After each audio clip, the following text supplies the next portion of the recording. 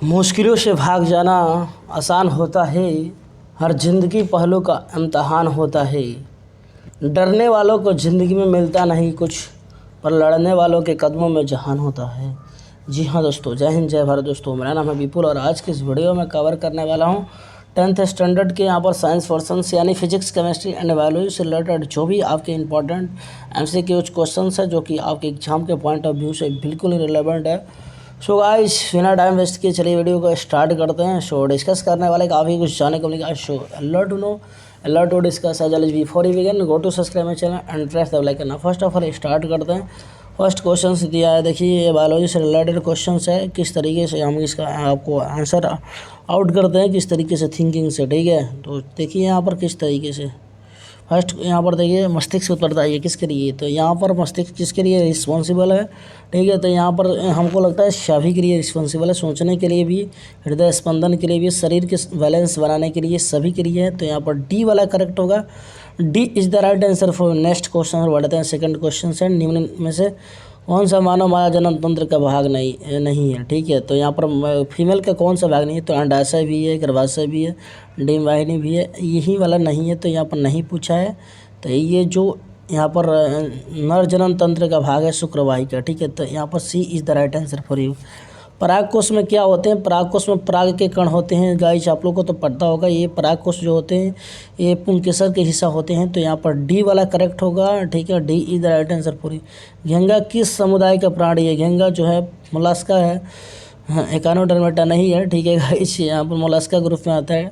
अड़हुल किस प्रकार का फूल है, तो ये उभयलिंगी है। तो उभयलिंगी ऑप्शन में ए में दिया है, द्विलिंगी, ठीक है। इस तरीके से पुंकेसर।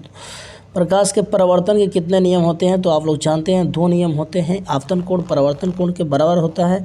आपतित किरण, परावर्तित किरण तथा आपतन बिंदु पर डाला गया अभिलंब सभी एक ही तल में होते हैं। इस तरीके से यहाँ पर आपतन कोण हो गया, यहाँ पर परावर्तन कोण हो गया। इस तरीके से आपतित किरण, परावर्तित किरण और अभिलंब सभी एक ही समतल पर होते हैं। इस तरीके से तो ये आपको यहाँ पर 2 वाला बी वाला करेक्ट होगा, ठीक है। नेक्स्ट क्वेश्चन पे बढ़ते हैं। इसी तरीके से यहाँ पर देखिए और यहाँ पर 4th क्वेश्चन है। इस तरीके से फिजिक्स से रिलेटेड हमको लगता है यहाँ पर निर्गत किरण और अभिलंब के बीच कौन सा कोण बनता है, ठीक है। तो यहाँ पर निर्गत किरण यानी कि निर्गत कोण, इसी तरीके से रिलेट कर पाओ, सी वाला करेक्ट होगा, ठीक है।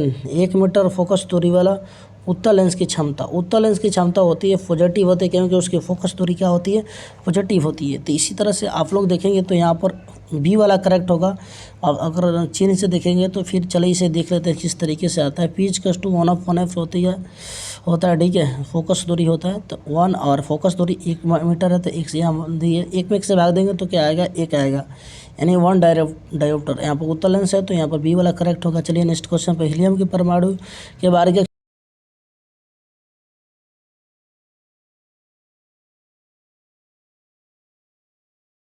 नहीं है, तो आउट ऑफ इलेक्ट्रॉन कितना हुआ, 1 हुआ। तो यहाँ पर देखिए ये वहाँ पर ए वाला करेक्ट होगा, ठीक है।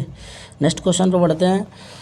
अमोनिया के अणु में नाइट्रोजन और हाइड्रोजन के परमाणु संख्या क्या। अमोनिया का अणु होता है जो कि NH3 होता है, इसका ये फार्मूला है, ठीक है। इस तरीके से यहाँ पर अनुपात लगा दीजिए। तो नाइट्रोजन के है 1 है, यहाँ पर नाइट्रोजन 1 ही है, ठीक है। और हाइड्रोजन कितना है, 3। तो यहाँ पर 1:3 इज़ द राइट आंसर। तो यहाँ पर सी वाला करेक्ट होगा, सी वाला मैच करेगा। नेक्स्ट क्वेश्चन पर बढ़ते हैं। नेक्स्ट स्लाइड को लगता है ओपन करना पड़ेगा। देखिए कार्बन क्या है, आपको बताना है यहाँ पर कार्बन क्या है। तो कार्बन क्या है गाइस, कार्बन का जो कि एटॉमिक नंबर 6 होता है। तो फर्स्ट कक्षा में कितना इलेक्ट्रॉन, 2 इलेक्ट्रॉन, और एंड कक्षा में 4 इलेक्ट्रॉन। जब भी आपके एंड कक्षा में 3 से अधिक आता है इलेक्ट्रॉन, तो 3, 4, 5, 6, 7 तो ये होता है वो अधातु, ठीक है।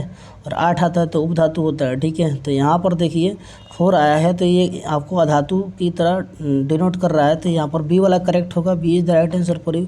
सिंगल बॉन्ड CHO क्रियाशील मूलों को क्या कहते हैं, तो ये एक तरह का एल्डिहाइड है। और कीटोन को सिंगल बॉन्ड OH कहते हैं, यहाँ पर अल्कोहल को। और यहाँ पर कीटोन को डबल बॉन्ड CO कहते हैं, ठीक है। तो ये वाला यहाँ पर करेक्ट होगा। यहाँ पर 12 वोल्ट विभवांतर के अधीन 2 बिंदुओं के आर पार 2 कूलम आवेश पार करने में कितना विद्युत कार्य करना पड़ेगा। तो विद्युत कार्य का फार्मूला जो होता है W होता है VQ, ठीक है। तो V × Q वाला लगा देंगे। तो विभवांतर आपका 12 वोल्ट है और आपको आवेश दिया है 2 कूलम, ठीक है। तो 2 से मल्टीप्लाई करेंगे तो 12 दूना 24 हो गया। तो 24 करे का मतलब जूल होता है, तो 24 joule is the correct answer for you. C वाला करेक्ट मैच करेगा।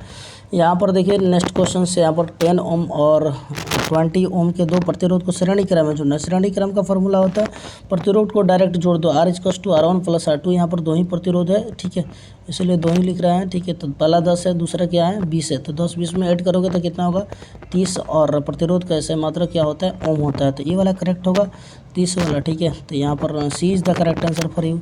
100 वाट से 220 वोल्ट के विद्युत बल्ब के तंतु का प्रतिरोध क्या होगा, ठीक है। तो यहाँ से शक्ति का फॉर्मूला होता है P = V² / R।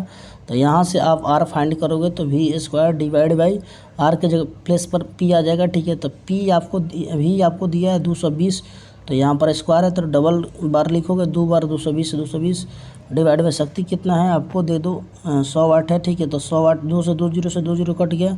अब 22 का स्क्वायर कितना होगा 484। यहाँ पर प्रतिरोध का सही मात्रक ओम, तो यहाँ पर 484 ओम करेक्ट आंसर आएगा, ठीक है। तो बी वाला करेक्ट होगा। नेक्स्ट क्वेश्चन में बढ़ते हैं। देखिए यहाँ पर क्या क्वेश्चन है आपको, गर्म जल प्राप्त करने के लिए हम सौर जल उष्मा का उपयोग किस दिन नहीं कर सकते हैं, किस दिन नहीं करना है। तो बादल के दिनों में किससे करोगे गाइस, बादल के दिनों वाले में नहीं होता है, ठीक है। N2 अणु में नाइट्रोजन के परमाणुओं के बीच में कितने संयोजक बंद होते हैं, सहसंयोजन बंद होते हैं। तो नाइट्रोजन की परमाणु संख्या होती है, हम बनाएंगे नहीं यहाँ पर स्ट्रक्चर, ठीक है, डायरेक्ट यहाँ पर बता देंगे। परमाणु संख्या 7 होती है। फर्स्ट कक्षा में कितने इलेक्ट्रॉन 2 इलेक्ट्रॉन, एंड कक्षा में 5 इलेक्ट्रॉन। यहाँ पर अष्टक पूरा करने के लिए, किसी भी परमाणु का अष्टक पूरा करने के लिए यहाँ पर 8 इलेक्ट्रॉन की आवश्यकता होती है। तो 5 है और कितना चाहिए 3 चाहिए, तो C is the correct answer for you. Benzene का अणु सूत्र क्या होता है, तो बेंजीन का अणु सूत्र क्या होता है, तो जितना कार्बन उतना हाइड्रोजन। तो यहाँ पर कार्बन दी आपको करेक्ट, कार्बन 6 है तो हाइड्रोजन भी कितना होना चाहिए 6 होना चाहिए, तभी तो बेंजीन कहलाएगा। तो यहाँ पर सी वाला करेक्टली मैच करेगा, ठीक है। नेक्स्ट क्वेश्चन पर बढ़ते हैं। देखिए किस तरीके से आपके क्वेश्चन है। यहाँ पर देखिए जस्ता और तनु हाइड्रोक्लोरिक अम्ल की अभिक्रिया के फलस्वरूप निम्नलिखित में कौन सा गैस बनता है, ठीक है। तो जस्ता को जब यहाँ पर ये धातु है और यहाँ पर तनु हाइड्रोक्लोरिक अम्ल से कराएंगे तो यहाँ पर हाइड्रोजन गैस मुक्त करता है,